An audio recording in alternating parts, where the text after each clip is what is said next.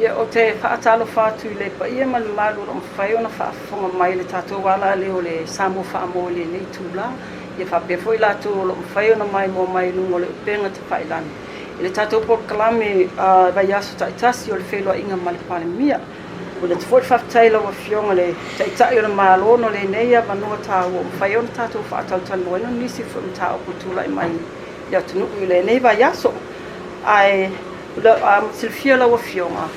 O le vai aso o tuanai, sa iei se whaatautanu anga foi le wha le awa onga sa whaatautai le whaalaputuputunga le sanko ia o se mtao ku foi te tali tonu wa leva tele no ona tal no ino foi tonu tatou vai fanua a le tulafono nei sa fatal no ino le tulafono foi le na pasia le wafe mal balu le restala ino fanua maswafa ia le la wa ia le fa uma foi le fontanga nei le asavalia le malo ina ia foi ona a tal sang mai foi e toi faia ia se foi nei se palo ta fala wa tele ia po se referendum foi e tu sai mal nei matau ba wa fiona se uma me fa se na ne sanko mana o se ko fi mal sanko lia le sa mane o fa mal mana fa mal manga fo sala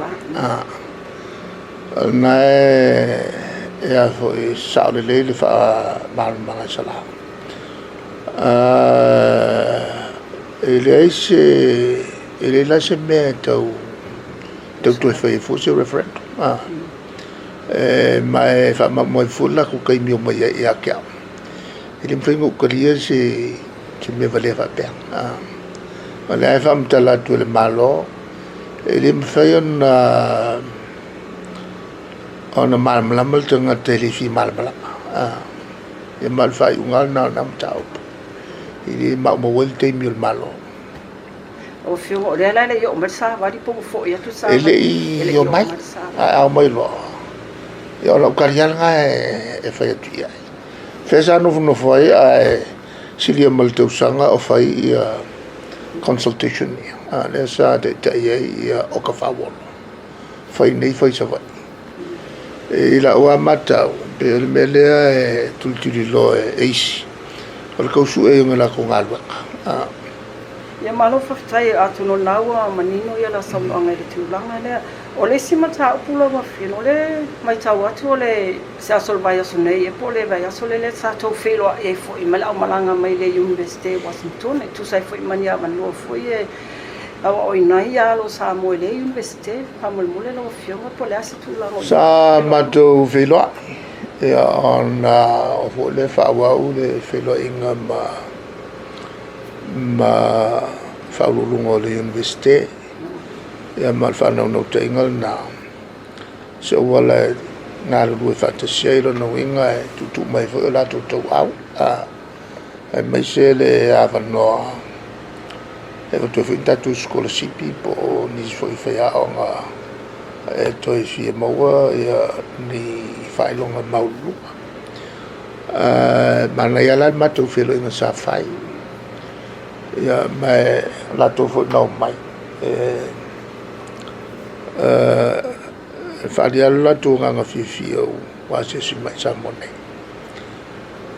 mi la ma to tele no ya na fai fo na mo la no tele no ai ba fa lungo le university wi pupu wa le la to taimi na bala mai ai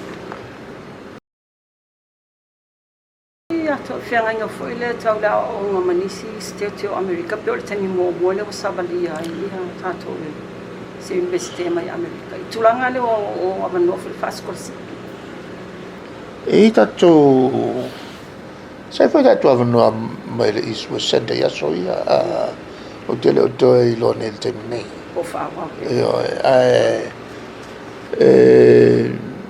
tele tato so tenga foi na ye mal le isu center bel vangana pitola tamai ya ai telefo ita to tamai nga awala tu mamona la ya ngai ile university mamona ai ole tele a fo yo sota inga tato university pe li fatele a ngal me fatas mali usapi ma ma University of New Zealand Victoria ma au kilangi mo tako le whaatai lawa whionga o le amatanga le Australia na sau noi lawa whionga fo le tala ino se tasi whai atina e tā ua le tātou malo le vaenga le high-tech youth center le sa se tā ua o lea polo keti po le atina e fo i atina e ino o le tele yo ngā luenga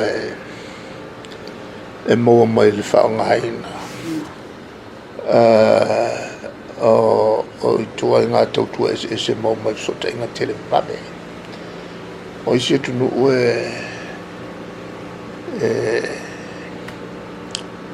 o le sile business i te lea mo mea call centers o sota i ngā fo i e tau telefoni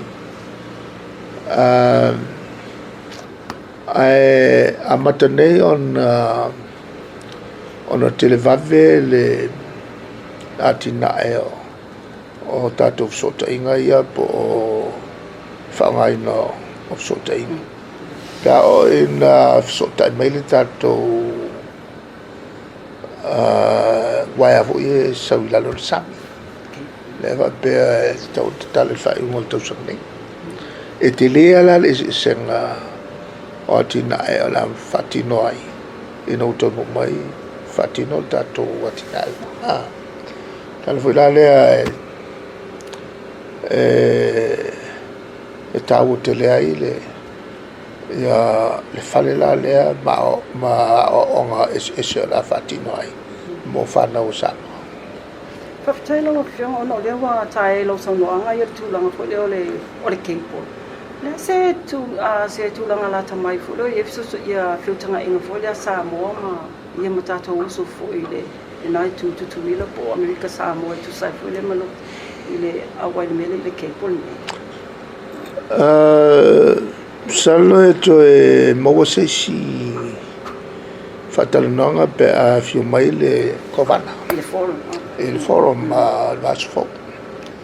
A leo umana ma sota iai. O te ngona le sina vaenga e taltano iai.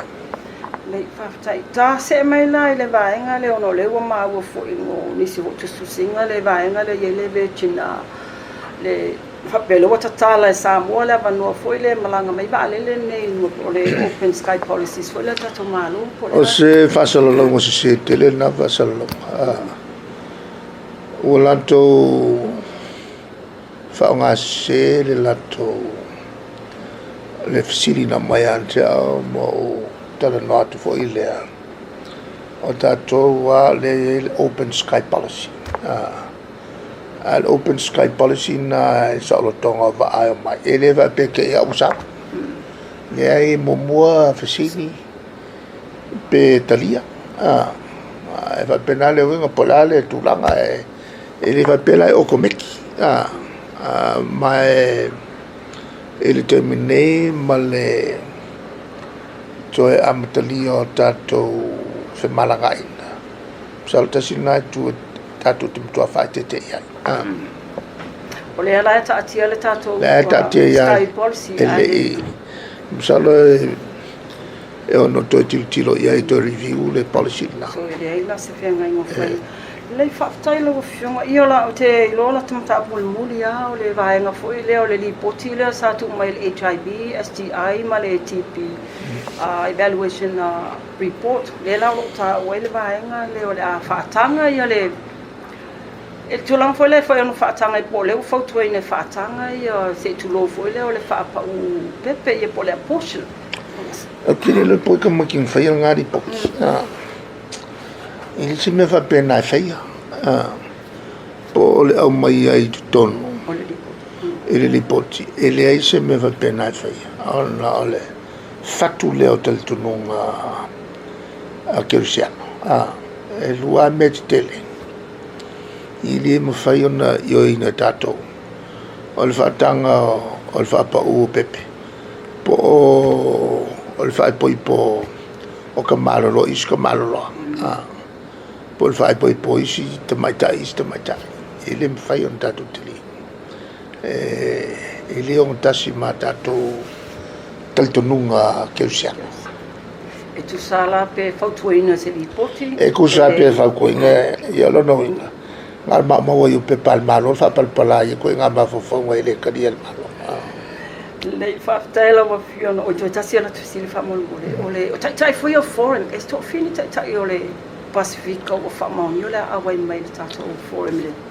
O to tele mai e se vanga na tai ole ia to ngia e me masani. Yo New Zealand la e alo fai mo ile la to fa nga palot. Ia ma o il temi finga ta o fa nga campaign il temi nei le to e finga tai on to se il tai malo o fiti o au ina mai le minister o lo ngafa mal pui o palau la sau le sui palestine pela na pauna ia se vanga na ilo fionga le ta mo mer kabinete pe ni so mata ku foi mana tu lo fionga e tau na ilo ela tu se fiela tu ia o man du hota ole o mon